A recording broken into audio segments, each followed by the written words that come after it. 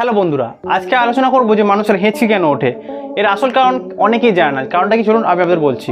মানুষের গলায় এপিগ্লোটিস নামে একটা অঙ্গ থাকে, যেটার কাজ কি? যেটার কাজ হলো আমাদের গলায় সাধারণত দুটো নালী থাকে, একটা হচ্ছে শ্বাসনালী, একটা হচ্ছে খাদ্যনালী।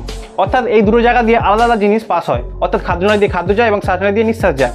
কিন্তু এপিগ্লোটিস এর কাজ হলো যখন আমরা খাদ্য খাই, অর্থাৎ যখন আমরা খাবার খাই, তখন কি করে এই এপিগ্লোটিসটা শ্বাসনালীকে বন্ধ করে দেয়, আর যখন আমরা শ্বাস নিই তখন আবার সেই শ্বাসনালীকে খুলে দেয়।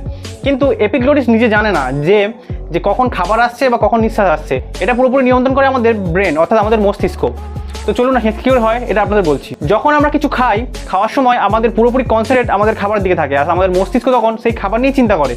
কিন্তু যখন আপনি খেতে খেতে ভাবছেন, ও হো আজকে দুপুরে একটা হেভি মেয়ে দেখেছিলাম, মেয়েটাকে দেখতে হেভি, যদি প্রপোজ করতাম খুব ভালো হতো, আপনি তো এরকম চিন্তাভাবনা করছেন।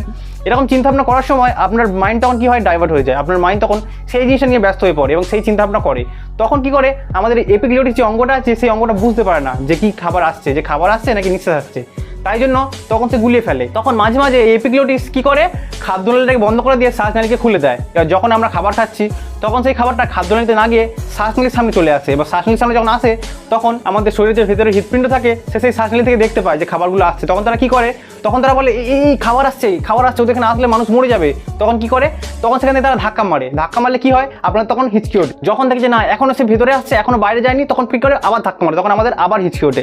এবার এরকম করতে করতে ততক্ষণ চলতে থাকে যতক্ষণ আপনার সেই খাবারটা শ্বাসনালী থেকে বাইরে না বেরিয়ে যায়।